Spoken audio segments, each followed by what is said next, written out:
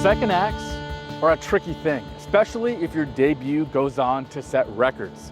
For Lucid, their first car was the Air, and it set records in terms of efficiency and range, being the first car in North America to deliver over 400 miles of it. So if you're Lucid, how do you follow that up in your second act? With this. This is the Lucid Gravity. And it takes a lot of what we love about the Air, the magic and DNA, and blows it up to SUV proportions. Now, love them or hate them, SUVs are incredibly popular here in North America, and Lucid hopes they have a winner on their hands, one that'll go on to set records of its own. And with 450 miles of range and the most aerodynamic SUV you can buy, they just might be onto something. So we're here in beautiful Northern California on a perfect California day to see just how good this thing actually is. I'm Ricky, and this is the Lucid Gravity. Our 3 free YouTube channels on EVs and clean tech are funded by our fun-packed test drive-tastic events in Farnborough, London, the Southwest, the North, Melbourne and Sydney. Next up, we're in Canada for Everything Electric Vancouver. And new for UK viewers, you can buy a battery electric vehicle or more at everythingelectric.store.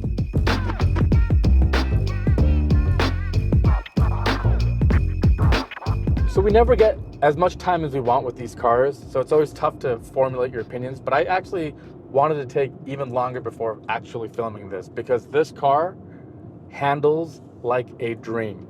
I'm driving in canyon roads, probably a little bit too fast, but having fun, and this car is incredibly planted. If you compare this with other 3-row SUVs in its class, we're talking like the Escalade IQ, Rivian R1S, the Ioniq 9, Kia EV9, this is in another world in terms of performance. In fact, let's go ahead and, yeah, it's in the low ride height, and you can kind of just feel how planted this car feels. You forget you're driving an SUV, and this is not a light car, but you forget just how much weight it has, just with how well tuned this chassis is. It is really, really remarkable. In fact, some of the Lucid engineers mentioned that they were benchmarking cars like the Lamborghini Urus when they were developing this in chassis tuning.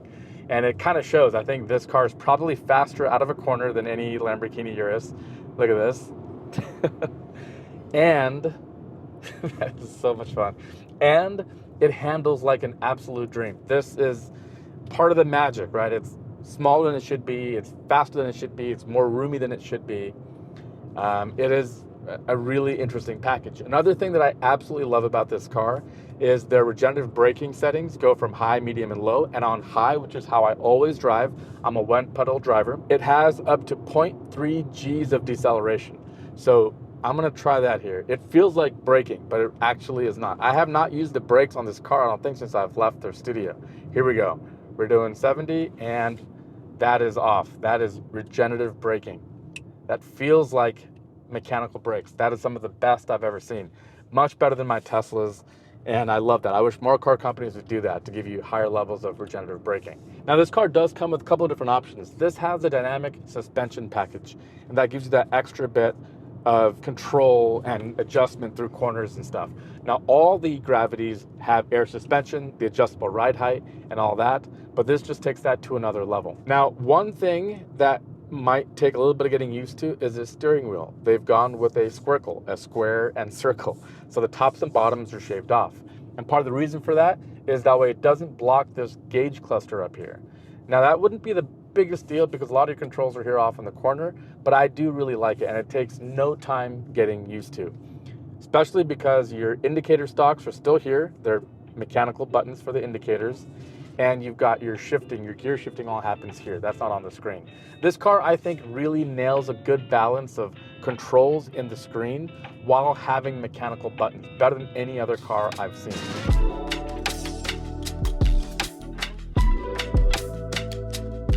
If you've seen the Lucid Air, this is gonna look very familiar to you. They have their signature light bar that goes all the way across, name up on top, and a very aerodynamic profile. Obviously, this car rides much higher than the Air does, but it still maintains that really nice large frunk. Power lift, I like that. And this is kind of cool. This is a little seat if you wanted to enjoy a little shade. Oh, that's actually nice to get out of the sun. Oh, that's nice. But it has a little seat, and it does have some room here. Now, this is not the biggest frunk. The F-150 Lightning and some of these other cars have bigger frunks. But there's a reason for that, because a frunk is taking up space that could be used for the cabin. And this car is all about stretching everything out and maximizing the interior space. If you option this with the tech package, you can have a 120 volt outlet to charge stuff here in the front, also in the second row and the third row. This car doesn't have that, but you could get that as an option. Coming along the front, again, this cutout was made to maximize that flat loading area. That'll be a theme you'll see throughout this car. You've got sensors up in front, cameras, and here's your active aero. This can open and close for cooling for the battery and motors. Coming along here, you've got a fog light and a running light here. And just like the Air, you've got cutouts here that take the airflow that hit the front and get passed along and keep it close to the car, prevent separation, and create a kind of curtain effect where the air flows over the wheels and stays connected to the car. This car has a drag coefficient of 0.24. That makes this the most aerodynamic SUV you can buy. World's better than anything with a gas engine in it, and better than any other EV as well. That's part of the magic of how they get that 450 miles of range. Here at the wheels, we have kind of the middle of the road option, which is 21s in the front and 22s in the back. These are aero wheels for better range. This is the option I would get sitting on all-weather tires. And if you look from right here all the way along, you can just kind of see a uniform slope to the entire profile of the car all the way back here. Now this, again, is all part of what makes this car so slippery. Right now the car is unlocked and the handles are out, but if I were to lock this car, you can see that nothing stands out. Everything is flush mount along the entire length of this car. And right now it's sitting at its highest ride height, but when it gets down low, you can just kind of see how aerodynamic it is. And finally, finishing off the aerodynamic touches, you've got this cut right here that keeps the air and brings it all back together again. There's a slight taper here on the back, and this rear wing helps to bring that air and bring it back together. This area behind the car is a big source of what causes drag. As you're pushing the air molecules around the car, what you want it to do is come back together in the back, and you want this low volume area back here to be minimized, and that's what this car does. You can kind of see that the top is tapered in from where the wheels are and the body is, and everything comes to a nice point for aerodynamics. All right, let's talk a little bit about the ergonomics. Like I mentioned, the Squircle maybe takes 15 minutes to get used to, but I actually really like it. The steering ratio is actually really fast, meaning you don't have to turn it very much to get this car to turn. Plus, this car has the optional rear wheel steering, which goes up to 3 degrees in either direction to help you make turns that much quicker. That helps in a car that's a little bit bigger. So Lucid says that even though the Gravity is bigger than the Air, it has a similar turning radius thanks to that rear wheel steering. One thing I love about this is they've gone with a landscape screen, which I do prefer, but the most amazing part is where it falls. Look at this. Like, I would drive with my hand probably in this kind of position, but if I move my arm forward, it falls right onto the screen. I can reach every part of the screen so easily. And that is not the case with most cars that I drive that have like the tablet style that's further away. You got to lift your elbow, and then every bump on the road, your hand's moving. This, I can keep my elbow planted and I have much better control of what I'm doing. It's a really nice user experience too. Another thing you'll notice right away when you get in this car is how quiet it is. The noise, vibration, harshness is really well dialed in. The car has very little wind noise or road noise, and it's really comfortable. It really is a comfortable car. In fact, let me change this to comfort mode. I am in smooth mode now. Perfect. So I'm in the standard ride height and smooth mode, and it just makes driving these back roads effortless.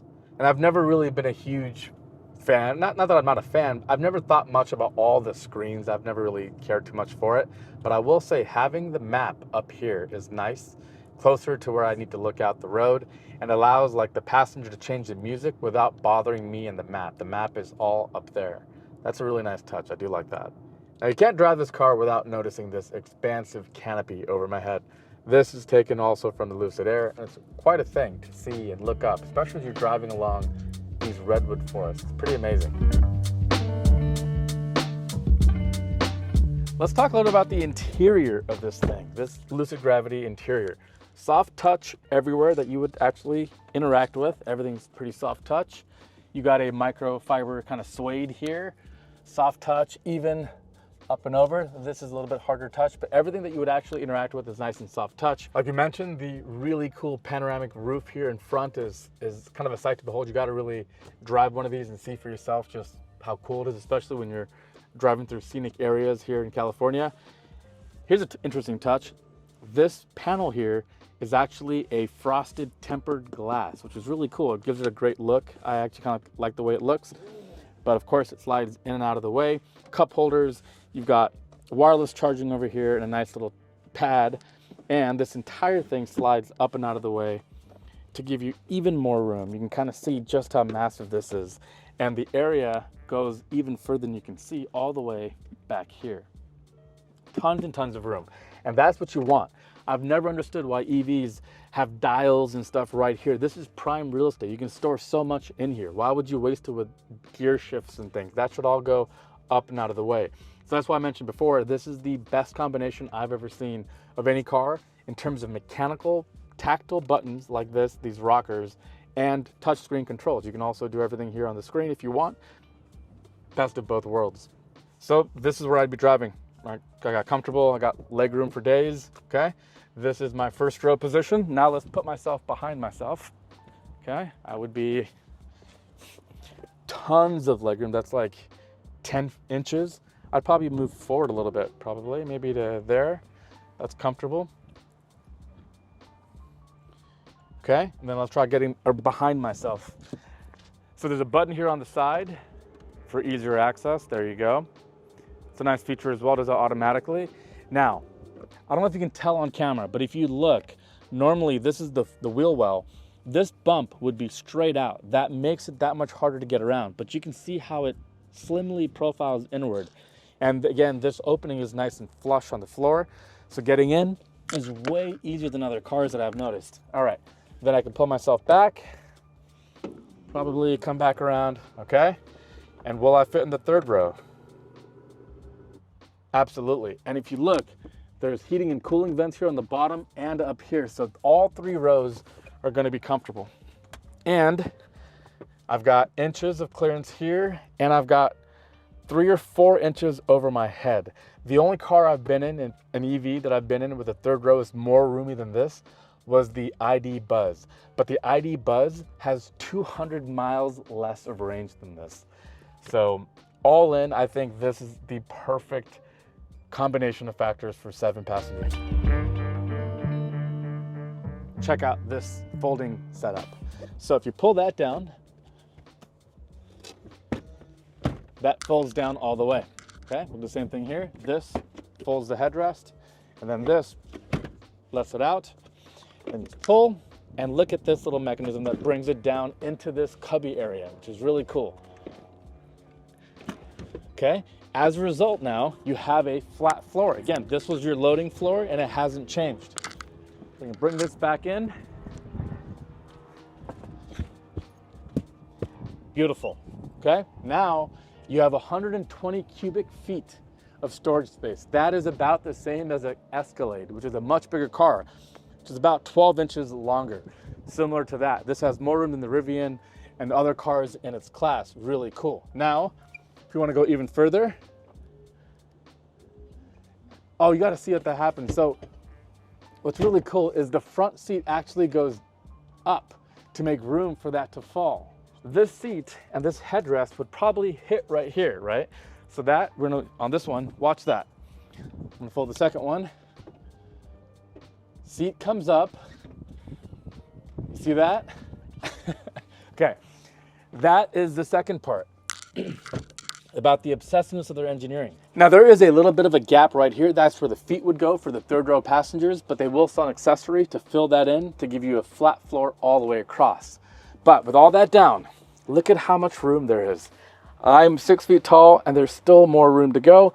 And this gives you a chance to enjoy the beautiful panoramic sunroof and moonroof above you.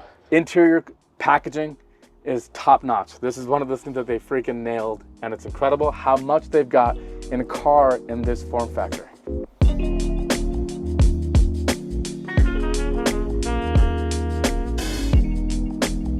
So if I told you 10 years ago, what if I could give you a car with 828 horsepower, with 450 miles of range that you can charge yourself at home, that requires no maintenance, it's pure electric, it drives like a sports car, and it has 3 rows for 7 passengers. You probably wouldn't believe me, but that's the world we live in today thanks to the EV architecture and what that enables designers to do with their cars. And this being Lucid's second car, they've had years of learning and they've made things better in every way. For example, every Gravity will ship with this, the NACS charge standard, the new standard here in North America, which means you have native support for all Tesla superchargers, and with the adapter provided, you can charge at any Electrify America or any other network. This gives you access to so much. 450 miles of range is amazing, but if you road trip with one of these things, you'll really appreciate having access to the best charging network in North America, Tesla's, probably around the world, honestly. And this car just has so much going for it. This package is truly magic, but it's not magic, it's great engineering, and it's clean sheet design, vertical integration, all brought together. Now, styling is always gonna be personal. Some people have said that it looks like a minivan. I personally don't see that. I think it looks really great. I think that this design language really works on an SUV. In fact, I think this looks better even than the Air. I really like it. Now, obviously this car is not cheap, starting around 80 grand. This is a luxury SUV, a 3rd row electric luxury SUV. And there are some others in the category and the price is around that point. So this is not for everybody, but if you're in the market for a really highly dynamic, sporty 800 horsepower super SUV, this is a package that is nearly impossible to beat. And I have to think this has to be the industry leader in this segment at this point. So we spent the whole day with this car and there's still so much more to talk about, but that is a really quick, rough and dirty first look at the Lucid Gravity. If you have any questions, don't forget to like and subscribe and comment down below. And if you have been, thank you so much for watching. Now visit electricvehicles.expert, where you can follow everything electric and keep current with Clean Technica, The Driven, Electrek, and many more.